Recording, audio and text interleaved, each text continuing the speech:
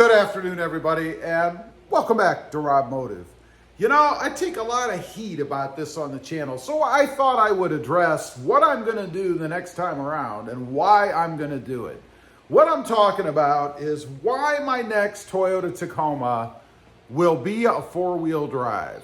You know, right now I have a 2021 SR5, and it's a two-wheel drive Tacoma. It's lifted in the front.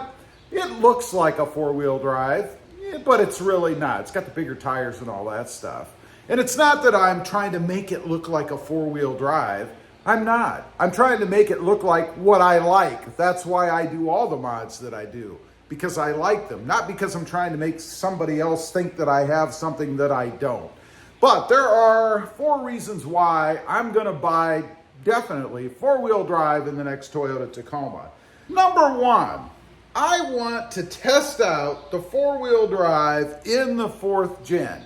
You know, we've got the 4th generation Toyota Tacoma coming, and it's, I'm pretty sure, gonna have a 4-cylinder engine with a turbo. And I'm very curious to see how it is compared to the V6 naturally aspirated four-wheel drives that I've had in the past. It's going to be very interesting to me to see if it has any power, especially when you're actually in four-wheel drive. Now, do I need a four-wheel drive? No, I don't really need a four-wheel drive, but I want to experience it because I've had 2 or 3 or 5, I don't know how many in the past. So I'm very interested to see how that 4-cylinder turbo engine handles the truck, particularly when it's running power to all of the wheels. That's assuming that we have a true four-wheel drive. You see, we don't really know for sure yet whether Toyota's going to give us that.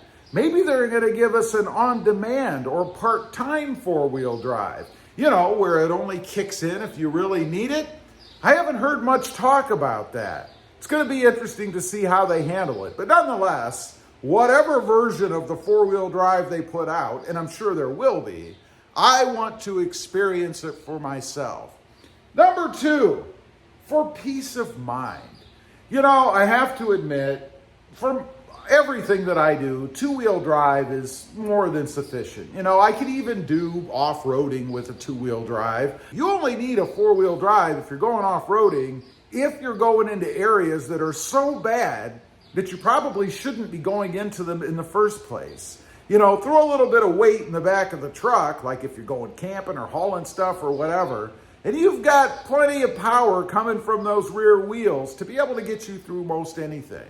So I think the times that you actually need four-wheel drive really maybe are if you live in a cold weather climate. If you live where there's a lot of snow, yeah, four-wheel drive can come in handy. I've had experiences in the past myself where I've had two-wheel drive, and it definitely would have been better. I've gotten stuck before with just two-wheel drive.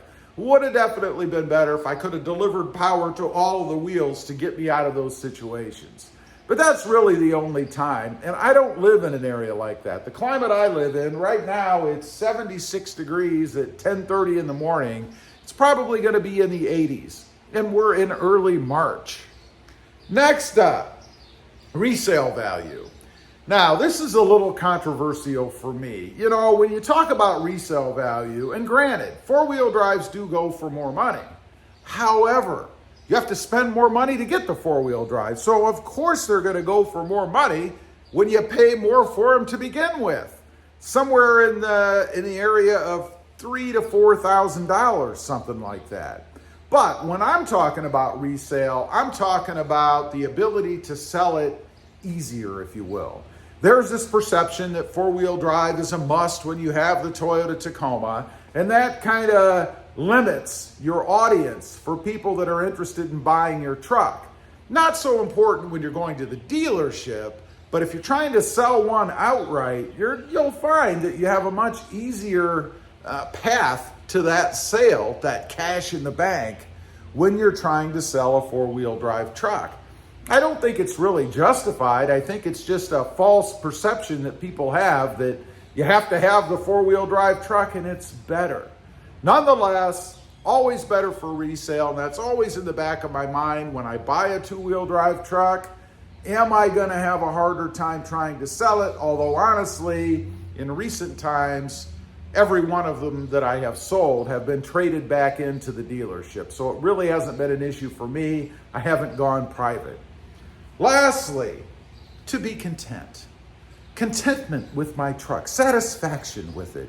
You know, being honest, there's always something in the back of my mind where I look at my truck, I'm driving my truck, even though I don't need four-wheel drive, I'd be more content if I actually had it.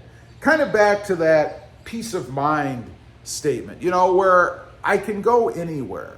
Even if I'm trying to go in an area that I really shouldn't be going in, I can. Now, it's not that I'm going to, but it's nice to know in the back of your mind that you can if you want to.